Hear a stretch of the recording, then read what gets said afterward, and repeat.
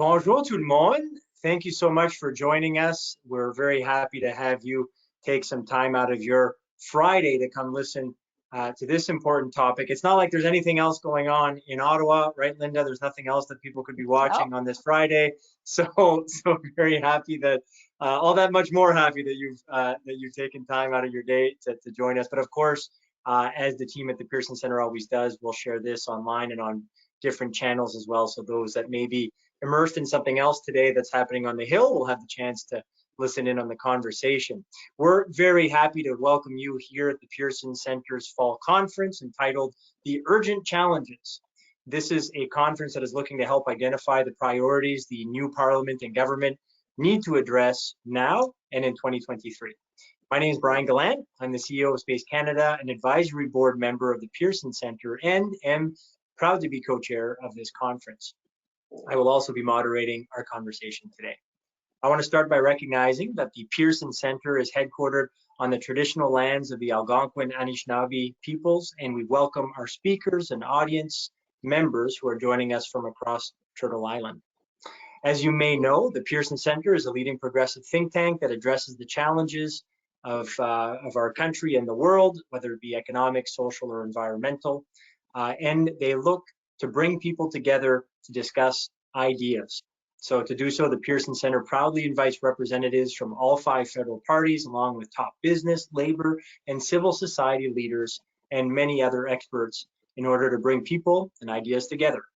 So today we're looking forward to having a discussion on an important subject, which is healthcare, something that is always important to Canadians, but one could certainly argue has increased in importance and has been at the forefront of public discourse now for a few months, if not for the last few years, due to the pandemic and many other factors. We look forward to speaking with our guests, but we also want to hear from you. So if you have any questions, please send them in. You can do so by sending your questions in the question box, and we'll get to as many of your questions as possible.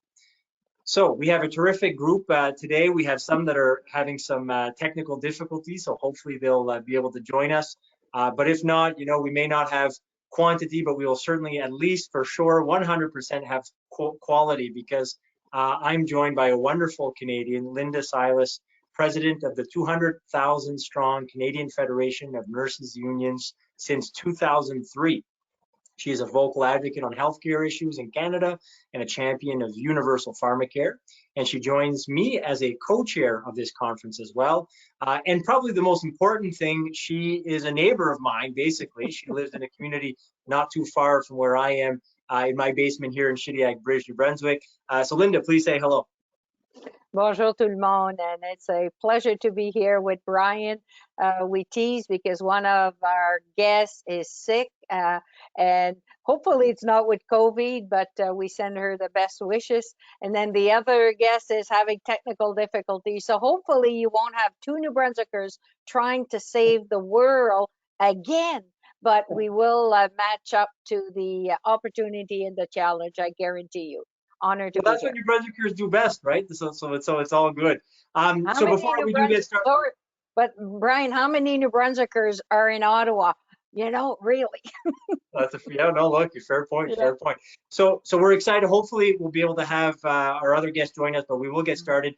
But one thing I do want to say, normally a lot of the introductions are done by Andrew Cardozo, who I know many of our recurring audience members would know very well. He was just appointed to the Senate, so he's got a lot on the go right now. Still trying to obviously make sure the conference is a success. But what a great appointment! Happy for Andrew, who's a wonderful Canadian as well, and somebody that I think will do great work in the Senate and has been doing great work for many years. So a big congratulations on everybody from the Pearson Center community.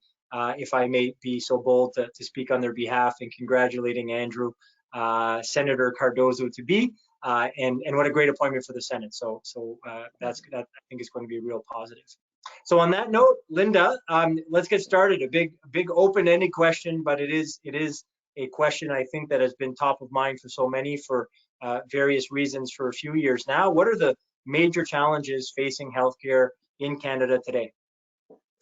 It's probably accessibility to care. If I'm talking as a Canadian, as a New Brunswicker, I have this constant fear that if I get sick, will the healthcare system be there?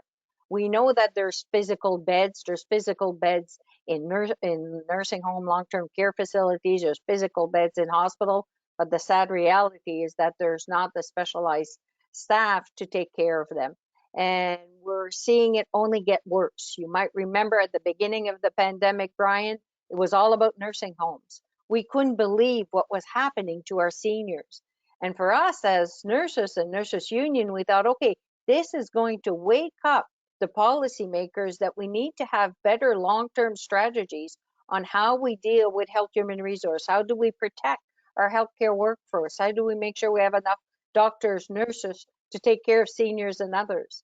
And today we're talking about babies. Today we're talking about children. We're parents. I was at a meeting with an MP yesterday, and one of his staffers has a 3-year-old that had croup for the first time. And he was scared, and he said, Linda, I spent 9 hours at the emergency. And yes, his son got treated. He'll be okay. But when you've never seen croup, it's scary. And you think of everything else. So this is what's facing Canadians from one age of the spectrum, our seniors, to our young children, and then everyone else waiting for surgeries. So we have to deal with the shortage. We have to stop the bleed. And that's our message to every level of government. And it's sad that we couldn't get the Pearson organization really looked at it very well, because we had a municipality councillor, we had a stakeholder, and we had the federal government. And MP, hopefully MP Handley will be able to join us. But we have to all work together, because primary care, public health care, mental health is often at the level of the municipality. So how do we work together? So we'll have to do a repeat for sure, Brian. Yeah, no, absolutely. And you're right to say that the Pearson Center was quite strategic and thoughtful in putting this panel together. So again, as you mentioned, hopefully we'll be able to have the other guests with their perspective. But you raised two things that I just want to maybe drill down on. It's interesting, right? Because let's take post-secondary education as an example, childcare, maybe another example. We often talk about the challenges facing those systems as being accessibility and then affordability. So we don't really have that in healthcare. One could obviously argue in certain ways, but let's park that for a second, just for the simplicity of the question. So when you say it's accessibility, why is it, out of curiosity? This is a very sort of very general question, but it's une question qui tue. Why is it that healthcare, which is obviously such a priority for Canadians? I mean, every province, the people of those provinces care deeply about healthcare. It is something that we obviously invest a lot in. So why is accessibility not better? Like, why is it that you have a lot of public support to invest more, to do more, to reform and make it make it as world class as possible and address challenges such as accessibility, but yet we can't seem to get there? So what's your sense? Well, why is that happening? I think it's the default of the dedication of the workforce. And, you know, in your past role as Premier of New Brunswick, yes, there were problems back then too. But you had deep in your heart, you knew that doctors were going to be there, nurses were going to be there, respiratory technician, personal care workers, because we have healthcare, we have the care of our patients in our DNA. But that has been pushed too far. And we don't plan ahead. We always think reform. And every time we get a new minister of health or a new premier, a new prime minister, it's what's the new shiny thing? When we forget that the base needs support and the base needs to be planned for 20 years ahead. I've been doing this type of job in New Brunswick for 10 years, nationally for almost 20 years. And it's like, okay, how many more reports do we need to provide to have a long-term strategic thinking of a health human resource? Because that's one area. It's like education too. You need people to take care of people. You need people to educate children. So those are human resource that has to be taken care of. And then we can reform. I'm not saying that we don't need to change the way we do primary care. We have to find ways in this country to make sure we stay healthy, from housing to nutrition to mental health, and the list is long, to the climate. But if we're sick, there has to be that area where we need to go and can go safely. So Hmm. it's a lack of planning. It's a basing our hopes too much on the good nature of the healthcare workforce. And you know, you've dealt with dollars and cents too, Brian. Hmm. It's 8% of GDP, just the healthcare workforce, not health as a whole, but just the healthcare workforce. And we ignore it every day. So I think we've hit a wall where we have the commitment of the federal government. They're willing to work with employers, with provincial and territorial governments and stakeholders to make sure that we plan for 5, 20 years, that we do not repeat this mistake in another pandemic or in another potential shortage. So just because, Linda, I don't want all this to fall on your shoulders because we're waiting for maybe hopefully other guests to arrive. I'll be a little more a little more active, I guess, as a moderator. But one thing I will say is I think you make a very good point, and I'll just sort of give the counter perspective. Not that I think your point is not right. The point that you said that you'll have a new minister, a new premier, depending on the level of government, a new person in office that basically will come up with a new plan or come up with more consultations or whatever it may be.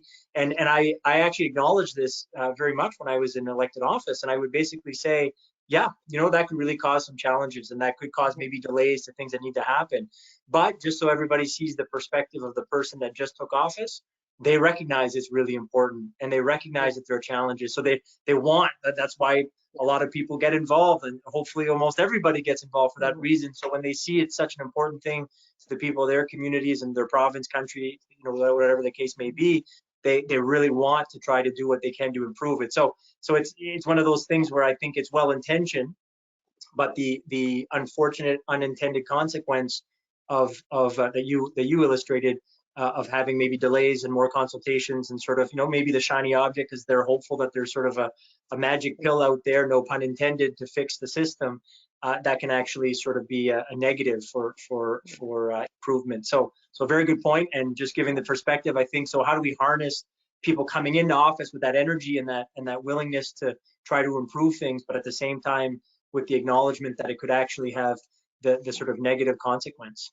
Yeah, and don't worry, as stakeholders and experts, we have our faults. We send way too many messages to the powers that be, from policymakers to the politicians. And, I'm talking to every stakeholders out there. We need to get on the same page. If we Yeah. say that we're experts, the premier of a province or the prime minister of a country should be able to say, well, I got 1, 2 good solutions or programs I need to move forward, not 150.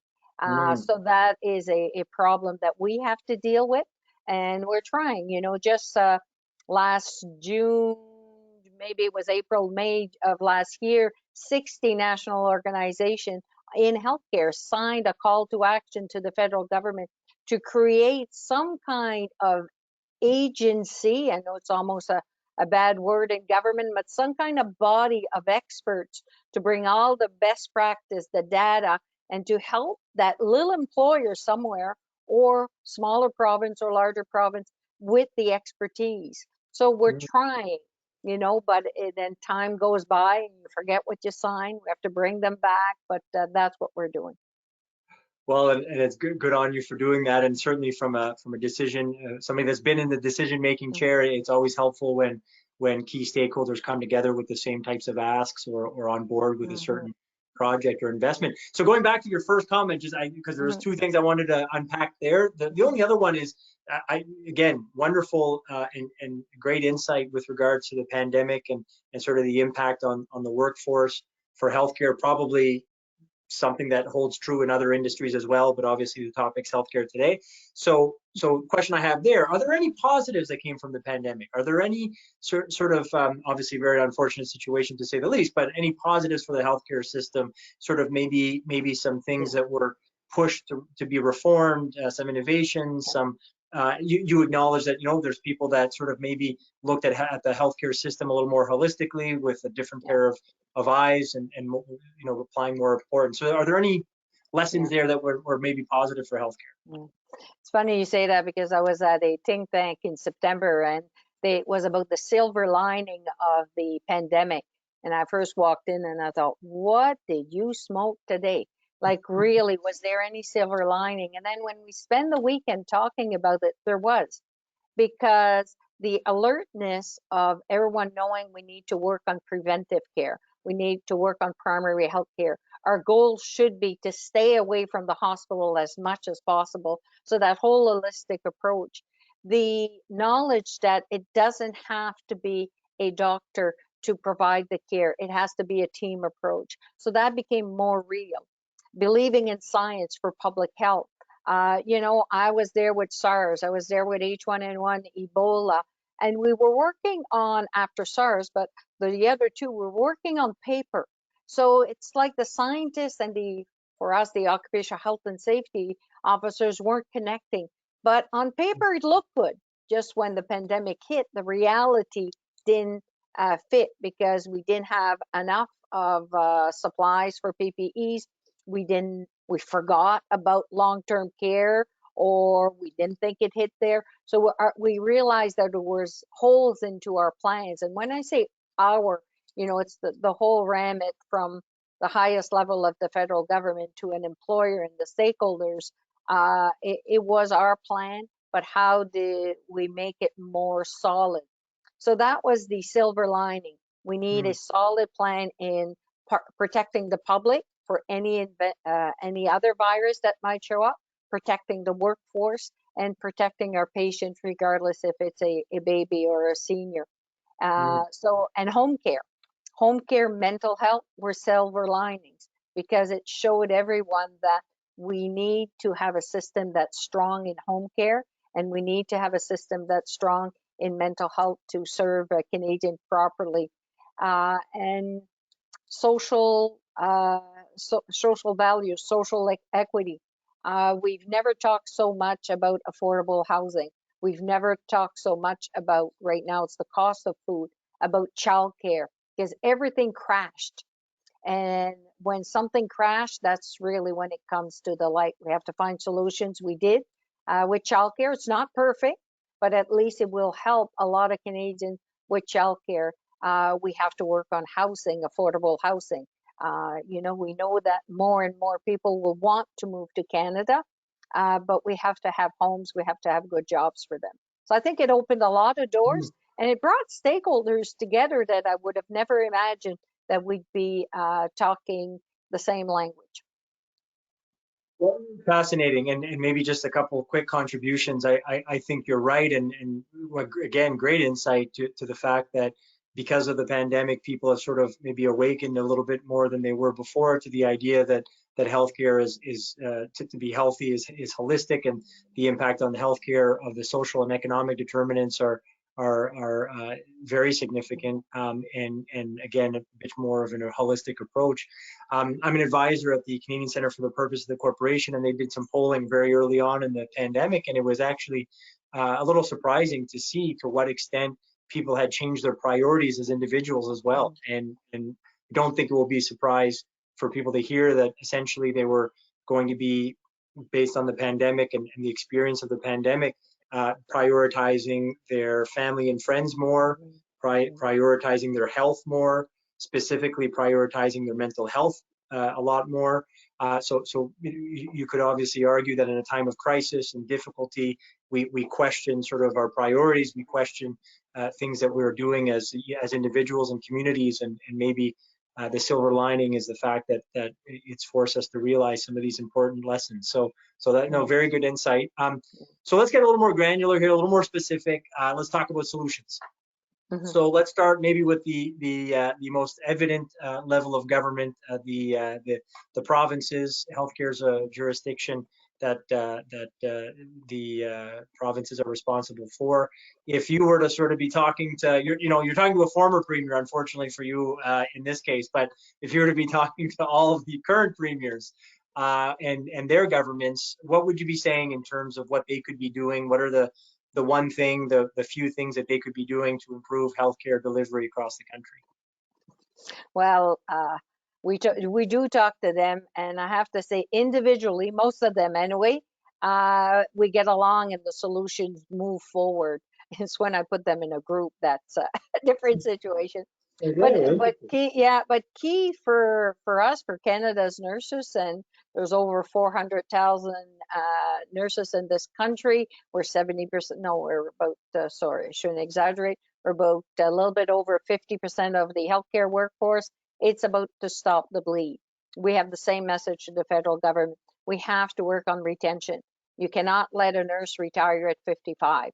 You have to sit down with her or him and say, what does it need to keep you here? What does it need for us to keep a young nurse to take a permanent job, a full-time job? We have to stop the agencies. So that's an easy solution. It's not that easy, but it's something that we're looking at human resource. And you might be thinking, yeah, but Linda, there's bigger problems. We have to increase primary health care. We have to look at pharmacare. We have to look at bigger mental health home care. Those are all ongoing discussion. But right now, the crisis is in stopping the bleed with the health human resource, with nurses. And that's my specialty is nurses. Brian, I was just looking at statistics that Stat Canada came out a couple of weeks ago. 1,700 Canadian nurses left to go work in the US. That phenomena had stopped. We weren't looking at it anymore. It was a big thing in the 1990s, you might remember, where there was no jobs in Canada and they were all moving to the US, and we were trying to bring them back, and then it completely stopped. We're never seeing, and the numbers triple just in the last couple of years. So that has to stop us in thinking why. Why does 1 in 2 nurses want to change jobs? So those are the immediate for us. But in the long-term plan, the provincial premiers, and they're talking to each other, and they realize we do have to know that if they wouldn't have been a pandemic, we'd have a national pharmacare program in this country right now. We had every level of government supporting it, knowing the federal government needed to take a lead to make sure that every Canadian that needed, that had a medically prescribed prescription, would have it. And we'd build the essential list and all that. But we had the pandemic, we had other things, other priorities. So those are big pictures. Premiers are there, ministers of health are there, but they're caught up right now with the shortage. They're caught up with you might have heard our province next door in Nova Scotia, the agency nurses. We never saw travel nurse or agency nurses in small provinces because they would never make a business. But now nurses are leaving, going to the agency and getting double, triple the salary and going to back work in the same unit. So that's causing a lot of friction. And again, we need to stop the bleed. So again, great points and lots to unpack. So maybe very quickly, pharmacare, should it still be a priority? And I know that you mentioned that it was going to be, but the pandemic sort of sideswiped the momentum there. So maybe speak a little bit to what you think is the future for pharmacare, and should it be one of the priorities right now? Oh, it is. It's going to come to life in 2023. We all read with great relief when the NDP and the Liberals federally signed this deal to keep the government going for a few years. And there were priorities. One was dental care, and it's just being set up. And, you know, young families are going to be able to get dental services for their children. And the next step is in 2023, establish the National Pharmacare Act. We already know the federal government is working with the scientists, so it's not people like me at all, on what are the essential lists of medication. What do Canadians absolutely need to have on this list? And they're working with the province and territories. So something will happen in 2023. It won't be the full-fledged pharmacare that I've been working on and dreaming on for 30 years now, but something will happen. Every level of government understands that 1 in 5 Canadians can't afford the prescription drug, and what happens? They just turn around and end up in the hospitals, and that we know we can't. So if our first priority is keeping Canadians healthy and as healthy as they can, we have to match it with primary health care and a national pharmacare program. They need to be able to get their prescription drugs. Well, let me take a quick moment to thank everybody that's listening in and to encourage them to send in some questions if they would like. I'll get to them. There's some that have come in, so I'll get to them in about 5 or 10 minutes.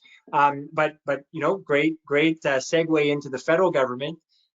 So obviously, there's lots of talk over the last few weeks, few months, some would argue few years, for the federal government to step up and do more with regards to healthcare.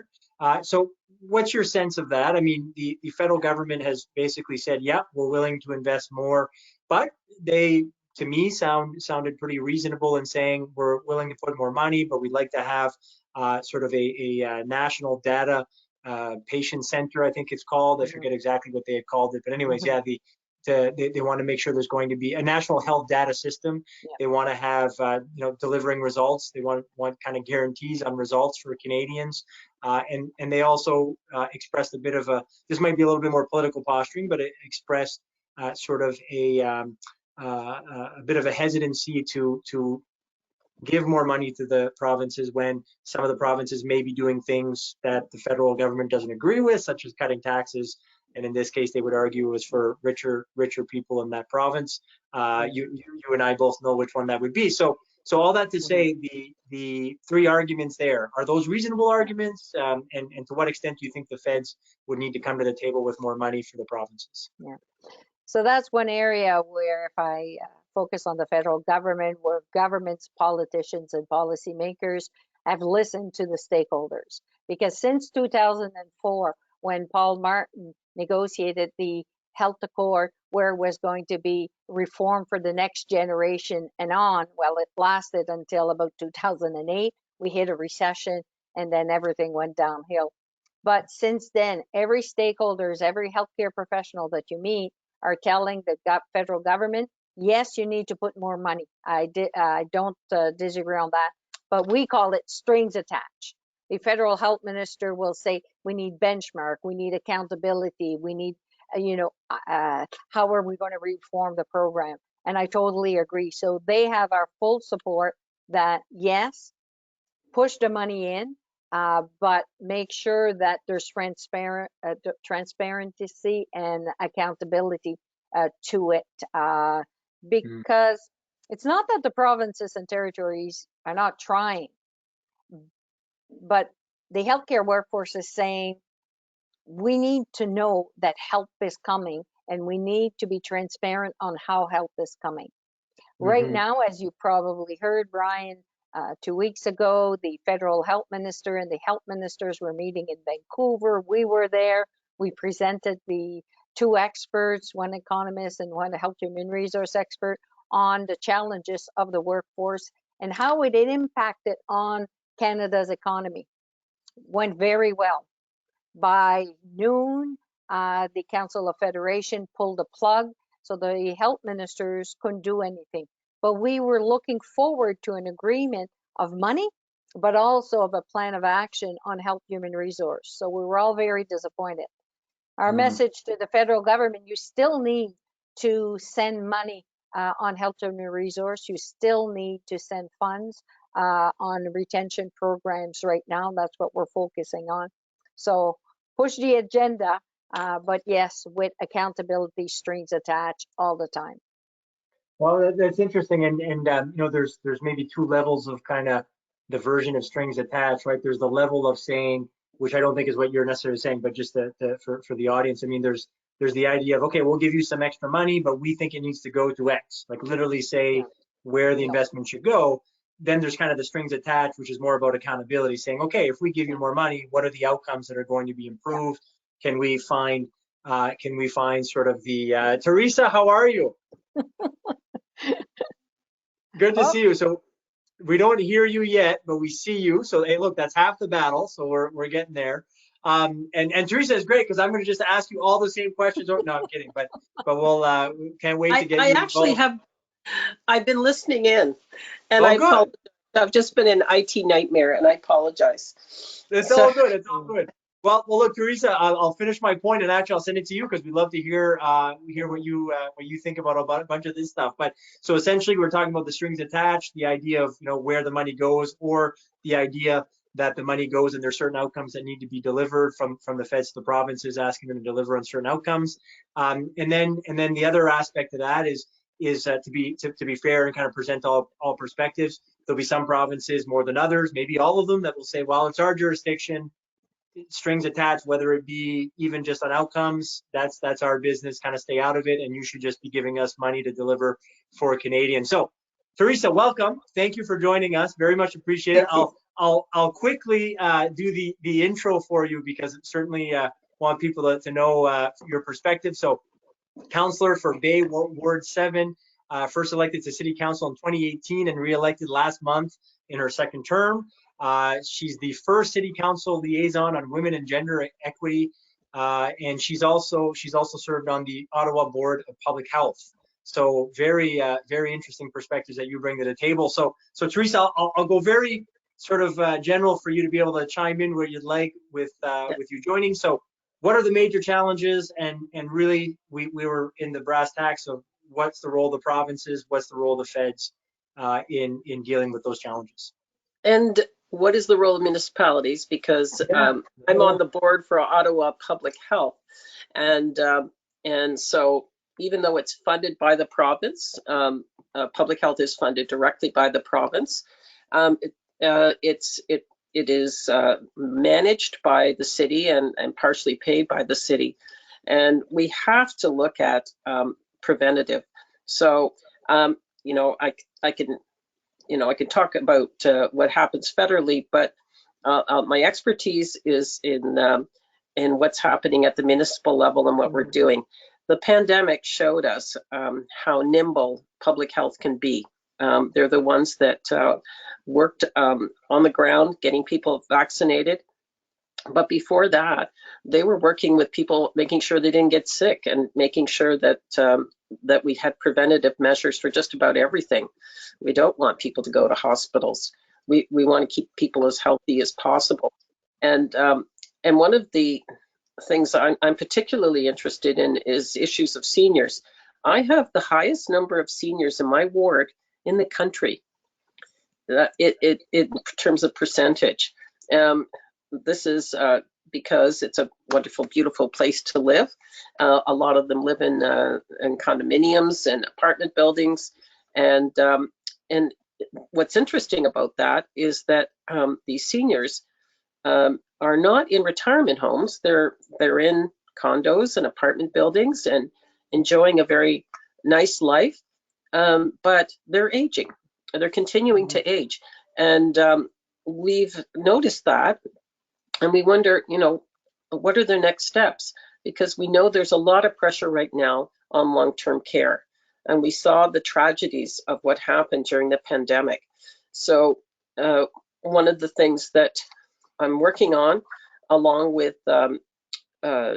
some community agencies, is programs to keep people healthier in their homes, so they don't have to go to long-term care as quickly, or not necessarily at all. And they've come up with a model. I'm going to give you an acronym you've never heard of. It's called NORC. And a NORC is a naturally occurring retirement community. And it's happening. It just happens because you've got a building full of seniors because they all chose to live there. But you don't have services related to seniors. You don't have programs to keep them healthy. They just happen to be there. So I'm working with our agencies, and they're getting funding from the province, and money from the feds would be very welcome as well. There is some funding from federal government for senior programs to keep this going. This is about bringing services like personal support workers, other things, so that they are assigned to buildings so they can keep seniors healthier, and other mental health programs, just so that there's a way to communicate, making sure everyone's okay. Mental health is a big component as well. The isolation of the pandemic showed us that. You can't just assume that people are need to look after their bodies, they also have to look after their mental health, and isolation was a big problem. So so those are some of the things that we've worked on. It's just getting started. It's a pilot project that is happening in a series of condominium buildings. It's very exciting. We don't want people to end up in hospitals. We want people to stay in their lovely apartments and homes or whatever as long as possible. So this is something that's going on, and we're getting great cooperation. It does require the attention of the province and federal government to take note. And this is about saving money. This is about keeping people healthy. And that's what we're hoping to do as long as possible. Well, thank you very much, Teresa. Dr. Hanley, this is a pretty exciting show here. We just have like special guests popping up as we go along, keeping our audience on the edge of their seat. So this is great. Dr. Hanley, maybe we can just test out to make sure your audio is working. Are you good to go? I'm good if you can hear me. There you go. Excellent. So very quickly, Dr. Hanley, I've been in the same nightmare as Teresa. So yeah, it's all good. Everybody has now experienced some version of this during the pandemic. So Dr. Hanley is an MP for the Yukon, elected to the House of Commons in 2021. He previously served as the Yukon's Chief Medical Officer of Health since that was started in 2008. So wonderful perspective that you bring, Dr. Hanley. So maybe if you don't mind, I'll go right to you so we can get your sense on sort of the big themes of the talk. Linda did a great job carrying this thing for the first half of it. So Dr. Hanley, thank you, Linda. Yeah, exactly. What are the challenges facing healthcare in Canada, and what is the role of the provinces, the federal government, and what's the role of municipalities and other stakeholders? And how to do all that in about 7 minutes, because I have to leave early and get to committee. But there you go. I was able, like Teresa, I've been listening to the last 20 minutes or so as we've been fiddling with all the dials to get in, and I think Linda did a great job in describing some of the immediate needs, as well as that sort of bigger vision. I mean, clearly we are in a healthcare crisis, and one of the ways that I'm participating in this discussion is through our HESA, or Health Committee, and in fact, as Linda well knows, we've been working on a study on the workforce, the healthcare workforce crisis, and have had many witnesses, and right now we're just hammering through the report and the recommendations that are coming through the report. So I thought it might be worthwhile just using that as a bit of an anchor to discuss some of the challenges, as well as some of the potential solutions. So certainly the themes. If I jump sort of straight to some of the themes of where we're looking at solutions or recommendations to, which of course goes back to the House of Commons and back really providing advice to the federal government on how to proceed. And I will say also, the minister is very well aware of the crisis that we're in. We've had many conversations. He said that publicly. Of course, he was there at the meeting that Linda described with Council of Federation. So theme area, virtual tools, for instance, we have learned a lot in a hurry during the pandemic, for instance, on the use of virtual healthcare and where it helps, what we can learn from it, where we may have gone too far with virtual. So I really, but I think it truly has found its place as part of our spectrum of healthcare and needs to stay, and appropriately reimbursed, appropriately remunerated, and appropriate use of virtual care is one of those theme areas. Internationally trained healthcare workers, we have a healthcare workforce that is not being used in people who have foreign credentials, whether they're Canadians who have trained overseas or internationally trained graduates who are here. We need better pathways, and that's complex. That's why it's been a problem for the last 30 years. or more, but we need to do better at harmonizing the access to credentialing, training, supervision, licensing so that we can really amplify our workforce using the resources that really are already here in Canada. The pan-Canadian licensure is another area where we can look at healthcare professionals and the ability to move people around the country according to need. If we had one license, and we heard this from Canadian Nurses Association, from Canadian Medical Association, that we need to do better at harmonizing licensure across the country. Financial incentives and support. So again, the question of retaining healthcare workers who we now, as Linda said, stop the bleed. We've heard that loud and clear in committee, and we want to reflect that in terms of how both mental health supports, financial incentives supports to help healthcare workers stay where they are. They're burned out, they're stressed, they're tired. Many are retiring early. We need to hold on to what we have, and maybe even lure people back who have taken steps towards early retirement. We want to address the administrative burden. We heard loud and clear from many family practitioners and others in healthcare about an unwieldy administrative burden, whether it's IT related or paperwork, or that really can take away from that patient care. We need to maximize the time that practitioners get to spend with patients and offload unnecessary administrative burdens. Some of that reflects to frustration of workers within the healthcare system. They want to care for people, and we need to help make sure that stays efficient. Mental health support for healthcare professionals is another area we need to do better at that. We need to really look at one area we spent quite a bit of time discussing how do we position this, but is making sure in that concept of primary care teams, both the idea of elevating that concept of primary care teams, but also making sure that the scope of practice is maximized for everyone in that team, whether we're talking about occupational therapists, mental health practitioners, and pharmacists, nurses, nurse practitioners, family physicians, and making sure that everyone is reflected in as part of the team doing the most that they can, and looking for those those best practices that we can perhaps do better at sharing across the country.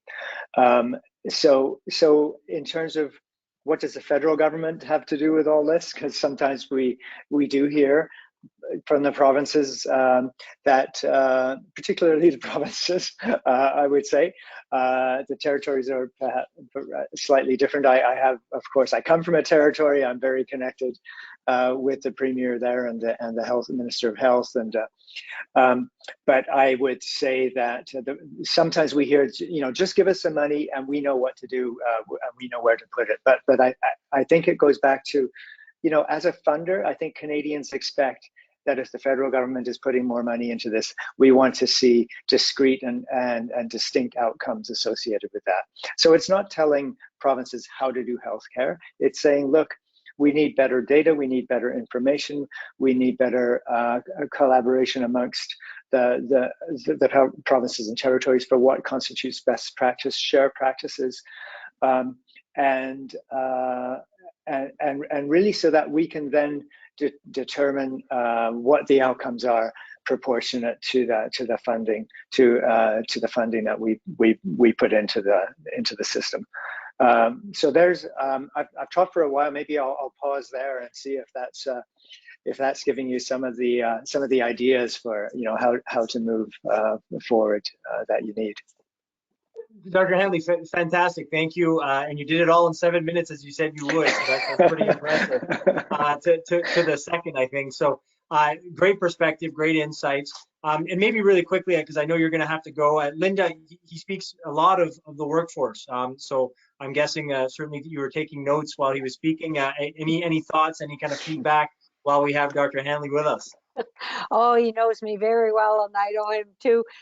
Looking forward to the ESSA report. I think what Dr. Manley says also joins what Teresa was saying, when we talk about scope of practice, I honestly think that's going into minutiae. That's at the workplace level. We have to let healthcare professionals do what they were trained, educated to do. And sometimes there's two barriers. So I think the federal government is going to come with an overarching language saying that in a lot better English, a lot more literally eloquent than I'm saying it. But we have to let people do what they were educated to do and work together. But that's at that base level. And when Dr. Hanley talks about pathways, it's not only about education. We have to make it easier for people living in Canada to get health care. From what Teresa was saying, from the municipality, from a vaccine to the highest level of surgeries and intensive care. And there's a lot of breaks there. I'm not going to get into the provincial, territorial, and federal government relations there, but ESSA has done amazing work. Violence in the workplace, the best report we've seen in the healthcare workplace was in 2019 from ESSA, and it changed the world up to changing the criminal act. So keep up your great work at ESSA, Dr. Hanley. We need to see a strong report. Can I just jump in, Brian, because I do have to go, sure. but I just wanted to quickly echo Teresa's comments about aging in place and how she's actually working to make that happen in real life at municipal level. I love to hear that. I wrote a report in my previous role on that whole subject area, and it just speaks to that whole need. Again, as a former CMOH, of course, we need never to forget about prevention and how we need to invest in prevention at the same time that we address some of the immediate crises that are before us. So thank you for the opportunity, and sorry for the delay in getting in. It's all good. Dr. Hanley, maybe one last question, just because I like to do this exercise. If you were, because I think a lot of people are talking about the provinces and then of course the federal government, if you were to maybe encourage other stakeholders from other than those two, what would you say to them to encourage them to do what they could do to improve healthcare? Is there any message you would have for them? Well, it is. This is for all of us. We have to share ideas. We have to share practices. There's nothing more valuable, I think, that Canadians are more proud of than their healthcare system. We can do this together. I think we can bring it up again out of the ashes. And I think if we all do our work to defend our publicly insured healthcare system, we will get there. And I just want to say a shout out to all of those who are still working away in the trenches, as it were. We're with you, and we're all looking to make this a first-class, world-class system again. Thank you, Dr. Hanley. I know you have to go to committee, so thank you for making some time for us and trying to get in. We very much appreciate your insights. Thank you so much. Thank you, Teresa, I'd like to go back to you here because a lot was said, and I'd like to hear your reactions to some of the things that Dr. Hanley said the committee's looking at. And then I just have one other addition too. I'm just curious as well, because we often talk about the idea of the provinces, obviously with the jurisdiction of healthcare being theirs, and then the feds with the investment. What role can the local stakeholders play, and what role should they play? And is there a danger? Is there a risk that with this conversation about the feds investing, asking for specific outcomes, is there a risk that sort of the local focus and the local sort of touch, if for the lack of a better word, is sort of compromised? So anyways, yeah, reactions to Dr. Hanley's sort of report on the committee and the idea of the jurisdictions and what the local groups can play in delivering high quality healthcare. I think Dr. Hanley did a great job talking about it, and I wish I could have talked to him more, and too bad he had to rush off. I worked on Parliament Hill for almost 30 years. I'm very familiar with the committee system, so I know what he's up to. I used to be a committee coordinator. So I'm very familiar with the federal level, and we always felt like we were just up here and talking about healthcare, and of course the province is the one that administrates it. And now that I'm at the municipal level, I'm seeing the work of the public health units, which are not always directly related to a municipality, but in our case it is. But lots of work to do. And I'm particularly impressed with the idea of healthcare teams that he's talked about. The fact that we need to strengthen them, look at the workforce, and this is about the nurses and the bigger picture. What about dietitians? What about occupational therapists? What about, just teams of people to keep people healthy? That's my preventative side coming out again. Anything we can do to keep people healthy so they don't get worse. I'm also really impressed with the dental care program that's being worked on at the federal level. I'm going to say kudos to the teamwork of the NDP and Liberal government for doing that, because that is a big plus for healthcare, and I really appreciate the work that's going on there. No, these are big steps forward of keeping people healthy.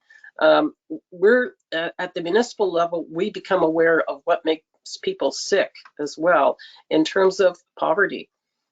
We see it up close right now. Affordable housing is an issue, and we need help from the federal government very much directly to municipalities for help to build affordable housing. I'm also on the board for Ottawa Community Housing, which is our social housing corporation that is solely owned by the city. So we have 15,000 units across the city, and we have waiting lists of 12,000 for affordable housing right now. So it's pretty desperate. That is not considered to be a health concern, but it is. And I'm sure that Linda would agree with me and Brendan, because it's out there that if people are unable to afford a decent place to live, they can't afford food right now with the food basket costs going up. They are compromising their health all the time. Now, healthcare is much bigger than that, but there's a lot of things that we can do as a society to make people healthier just by ensuring that they have a decent place to live. So that is one of the factors that I see. And I have been to a couple of announcements, for funding here and there. They have to keep coming, and this is with our federal partners are there, and we need our provincial partners as well. But those are things that we need to work on. They can't be forgotten. So we see the big picture, and we certainly see the effects of the difference when people are looked after versus those that do not have that net under them. Homelessness is a huge problem, and it's growing. It's not shrinking. So those are things that have to be looked into as well. Well, Bruce, I can tell you that Linda had spoken just before you were able to join about housing specifically, and I was mentioning how, of course, economic and social determinants play a major role in people's health, and then obviously that translates into costs and into sort of impacts on the healthcare system. Really, just to catch you up on some of the questions, Teresa, really quickly, if you don't mind, we are getting up to time. But pharmacare, is that something I heard you speak fondly of the dental care, the movement on dental care over the last few months? Pharmacare, should that be one of the priorities moving forward? And if so, what should that look like? Absolutely. I can't talk about, I'm not an expert on how it should be administered. Obviously, the provinces will be involved, but it has to be, I think it has to be kept as public as possible. We have to make it so that there's, that it's accessible as possible, that people can get the help they need. I was just at the drugstore. I've had the flu all week, and I'm just thinking in terms of, just access to basic things. And going up to the counter and I was watching a parent trying to get Tylenol for their kids. Things like that. It's been, it's tough out there.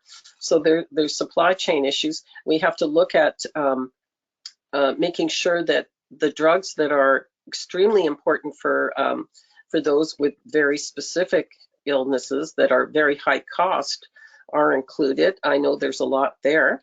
And Dr. Henley will be far more of an expert than me on those things, but they have to be taken into consideration. But no, pharmacare is huge, and certainly for our seniors, because whether you like it or not, as people age, they tend to need more pharmaceuticals. Now, we do have a good program in terms of when you turn 65, your drug costs go down, and that's extremely helpful. Mm-hmm. But we have to just make sure that it's broadly available, and it's on all the things that our people are requiring right now. Well, we're almost at, well, we're basically a little over time. One last question for you both in 30 seconds. I'll start with you, Linda. 30 seconds, one message for those that are listening, and to give you a sense, which you probably already know, there's often government folk, there's sort of politicos that will be listening in. There'll be people that are thought leaders that are listening in. So if you were to kind of give the one message on how we're going to improve healthcare moving forward, what is needed from the type of people that would be tuning in to us today, what would that message be, Linda? Well, it's everyone's business. If we want a real robust healthcare system that's sustainable, it's from the municipality, provincial, territorial, federal government, but also individual responsibility on taking care of herself. Teresa wasn't there when I started, the panel of having every levels of government and policymakers on one panel was excellent, because that's how we have to start talking. We have to start talking about more home care, more programs to keep people healthy and at home. So I'm very glad to meet you, Teresa. I will have to hang up because it's been a crazy week. I'm lucky I don't have the flu, but my schedule is really packed. I do thank Brian. Nice to see you again, and looking forward for the next panel. Thank you. Thanks so much. So Teresa, over to you. You have the audience members listening in. What message would you have for them? Stay healthy. Yes, there is a responsibility of individuals to look after themselves. We need healthy communities. That's what I focus on. We need places where people can go for walks and can get outside. We need affordable homes for people to live. We need to remember climate change is part of it as well. It's affecting our health, and I don't know if we got into that topic at all, but it's a huge factor. And it's making people sick. That's part of the problem with the extreme weathers, extreme heat, extreme cold. It's bad on our health as well. So we can all do our part. We have to be conscious that adds to it, and we can play a role. So healthy communities, that is the most important part, and taking into consider everything that you're doing. So healthy cities, definitely. Well, Teresa, I think you make a great point. I had the chance to experience it while in elected office. You see, when you're trying to tackle a major societal, economic, social, environmental problem, we need different departments, different individuals, different stakeholders all working together. So I think that certainly is going to be and is the case for healthcare. Teresa, thank you for joining us. I hope you feel better soon. It was great to have Dr. Hanley join us, even if it was for a short while. As Linda mentioned, I think the Pearson Center did a wonderful job of bringing diverse perspectives, and Linda certainly did a great job carrying the torch for the first half of the webinar. To our audience members, thank you so much. You can always check out the Pearson Center for other videos. If you'd like to rewatch this one and relive the drama of having guests join midstream, you can certainly do so, but there are other webinars as well. And of course, we're in the middle of the conference and there'll be other interesting discussions, so you're invited to be a part of that. So to everybody that helped organize this, thank you very much. And a big congratulations again to Andrew Cardozo, who was just named as a appointee to the Senate, which will be official, I think, next week, if I'm not mistaken. So, Mr. Cardozo, again, on behalf of the Pearson community, thank you so much for everything you've done for this organization and all the great work you do as a senator. Merci beaucoup, tout le monde. Thank you so much for joining us. Thank you, Brian.